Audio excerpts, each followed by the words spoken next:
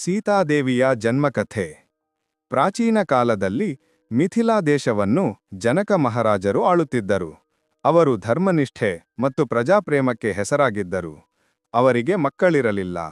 ಒಮ್ಮೆ ಜನಕ ಮಹಾರಾಜರು ತಮ್ಮ ರಾಜ್ಯದಲ್ಲಿ ಒಳ್ಳೆಯ ಮಳೆಯಾಗಿ ಸಮೃದ್ಧಿ ಬರಲಿ ಎಂದು ಒಂದು ದೊಡ್ಡ ಯಜ್ಞವನ್ನು ಮಾಡಲು ನಿರ್ಧರಿಸಿದರು.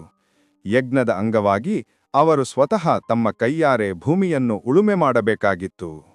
ಅದರಂತೆ ಯಜ್ಞದ ಸಮಯದಲ್ಲಿ ಜನಕ ಮಹಾರಾಜರು ಒಂದು ಚಿನ್ನದ ನೇಗಿಲಿನಿಂದ ಭೂಮಿಯನ್ನು ಉಳುಮೆ ಮಾಡುತ್ತಾ ಹೊರಟರು.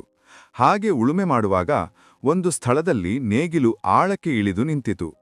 ಕುತೂಹಲದಿಂದ ಆ ಸ್ಥಳವನ್ನು ಮತ್ತಷ್ಟು ಅಗೆದು ನೋಡಿದಾಗ ಅವರಿಗೆ ಒಂದು ಚಿನ್ನದ ಪೆಟ್ಟಿಗೆ ಮಂಜೂಷ ಕಂಡುಬಂದಿತು. ಜನಕ ಮಹಾರಾಜರು ಆ ಪೆಟ್ಟಿಗೆಯ ಮುಚ್ಚಳವನ್ನು ತೆಗೆದು ನೋಡಿದಾಗ ಅದರೊಳಗೆ ಅತ್ಯಂತ ತೇಜಸ್ವಿ ಮತ್ತು ಸುಂದರವಾದ ಹೆಣ್ಣು ಶಿಶು ಮಲಗಿತ್ತು. ಆ ಮಗುವಿನ ಸೌಂದರ್ಯವು ಜನಕರ ಕಣ್ಣುಗಳನ್ನು ಬೆರಗುಗೊಳಿಸಿತು. ಆ ಮಗುವಿಗೆ ಯಾರೂ ತಂದೆತಾಯಿ ಇರಲಿಲ್ಲ.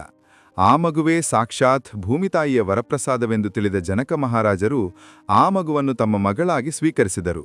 ಅವರ ಸಂತೋಷಕ್ಕೆ ಪಾರವೇ ಇರಲಿಲ್ಲ.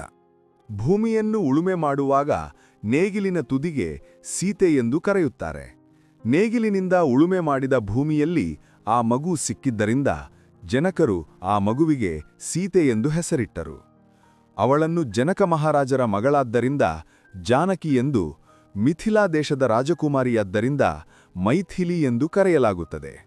ಹೀಗೆ ಸೀತಾದೇವಿಯು ಜನಕ ಮಹಾರಾಜ ಮತ್ತು ಸುನೈನಾ ರಾಣಿಯ ಮಗಳಾಗಿ ವಿಶೇಷವಾಗಿ ಭೂಮಿಯಿಂದ ಜನಿಸಿದವಳಾಗಿ ಬೆಳೆದು ಬಂದಳು. ಅವಳು ಮಹಾಲಕ್ಷ್ಮಿಯ ಅಂಶವೆಂದು ಮತ್ತು ಭೂಮಿತಾಯಿಯ ರೂಪವೆಂದು ನಂಬಲಾಗಿದೆ.